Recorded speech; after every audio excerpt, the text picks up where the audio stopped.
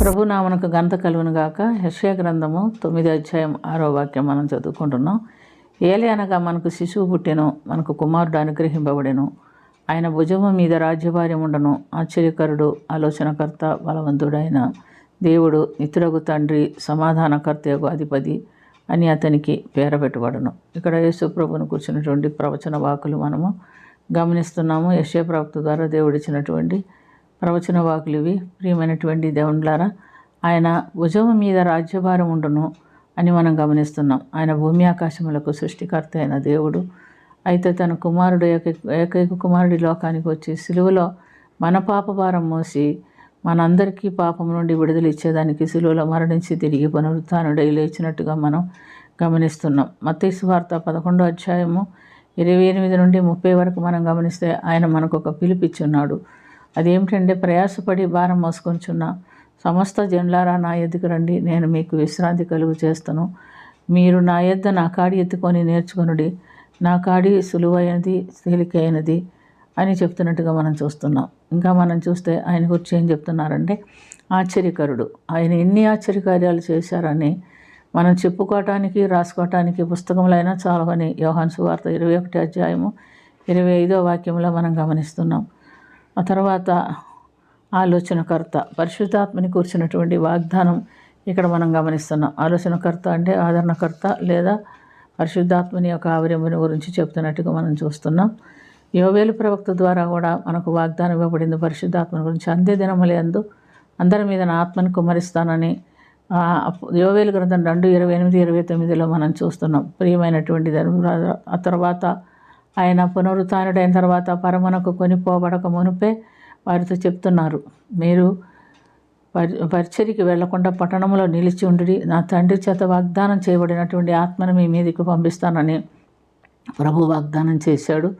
అంత మటుకే కాదు, మనం గమనించినప్పుడు ఆయన గురించి ఇంకా మనం గమనిస్తే ఆయన పాపమును గురించి తీర్పును గురించి ఒప్పింపజేస్తాడని యోహాను 16:7-8 వాక్యాల్లో గమనిస్తున్నాం.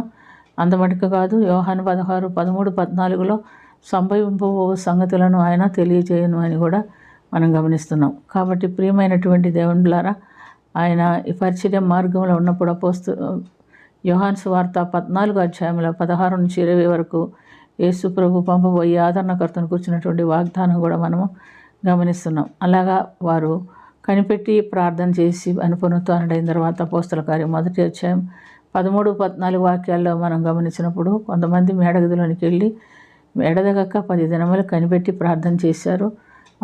మరి పెంతెకొస్తేనే పండగ దినము వచ్చినప్పుడు వారు ఏకముగా ఒక గదిలో కూడి ఉన్నప్పుడు పరిశుద్ధాత్ముడు వారి మీదకి దిగి వచ్చినట్టుగా కూడా అపోస్తల కార్యం 2వ అధ్యాయం 1-4 వాక్యాల్లో గమనిస్తున్నాం. ఆ విధంగా వారు ఆలోచనకర్త అయినటువంటి ప్రభువుని వారు తిరిగి పొందుకునేటట్టుగా గమనిస్తున్నాం. ఇంకా మనం గమనిస్తే ఆయన గురించి ఏమని రాయబడి ఉందంటే, నిత్యుడగు తండ్రి. నిత్యుడగు తండ్రి అంటే మరణం లేనివాడు, మొదటివాడు, కడపటివాడు నేనే అని ప్రకటన 1:6లో చెప్తున్నాడు. తర్వాత ప్రకటన 1:18లో వర్తమాన భూత భవిష్యత్తు కాలంలో ఉండువాడను నేనే మొదటివాడను, కడపటివాడను, జీవించువాడను, మృదునాయితిని కానీ ఇదిగో యుగయుగములు జీవించుతున్నాను అని చెప్తున్నాడు. కాబట్టి ప్రియమైనటువంటి దేవునిలారా, మరియమ్మతో దేవదూత కూడా చెప్తుంది. లూకా సువార్త 1వ అధ్యాయం 33లో ఆయన యాకోబు వంశస్థులను యుగయుగములు ఏలును, అన్యజనులైనటువంటి మనల్ని కూడా ఆయన రాజ్యంలో, అందరు లేనటువంటి ఆ రాజ్యంలో మనల్ని కూడా ఆయన కలుపుతున్నట్టుగా మనం చూస్తున్నాం. ఎందుకంటే మరి ఆయన వచ్చిన తర్వాత చీకటిలో నుంచి ఆశ్చర్యకరమైన తన వెలుగులోనికి మనల్ని ఏర్పరచుకున్నాడు, పిలుచుకున్నాడని గమనిస్తున్నాం. అంతమటికి కదా, యేసు ప్రభు పరమునకి కొనిపోబడక మునుపు వారితో ఒక ఆజ్ఞ ఇచ్చారు, మీరు సర్వలోకమునకు వెళ్ళి సర్వ సృష్టికి సువార్త ప్రకటించుడి అని చెప్తున్నాడు. మత్తయి 28-18-20లో బలవంతుడైన దేవుడు ఏం చెప్తున్నాడంటే, నేను మరణ పునరుత్థాన బలము కలిగినటువంటి దేవుడును, ఇదిగో నేను నీతో కూడా యుగ సమాప్తి వరకు ఉంటానని వాగ్దానం చేశాడు. కాబట్టి ఆనాటి నుండి యేసుప్రభు జన్మించి ఇప్పటికీ 2024 సంవత్సరాలు అయినప్పటికీ ఆనాటి నుంచి ఇప్పటి వరకు కూడా పరిశుద్ధాత్ముడు ఆదరణకర్త మనతో ఉండి యుగయుగములు దేవుని రాజ్యము కొనసాగటానికి సహాయపడుతున్నట్టుగా మనం గమనిస్తున్నాం. కాబట్టి ఆయనే మరణ బలవంతుడైన దేవుడు, అంటే మరణ పునరుత్థాన బలము కలిగిన దేవుడు. ఆయన బలము దేనిలో అంటే మనం గమనించినప్పుడు మరణపు ముళ్ళును విరిచినవాడు అని చూస్తున్నాం.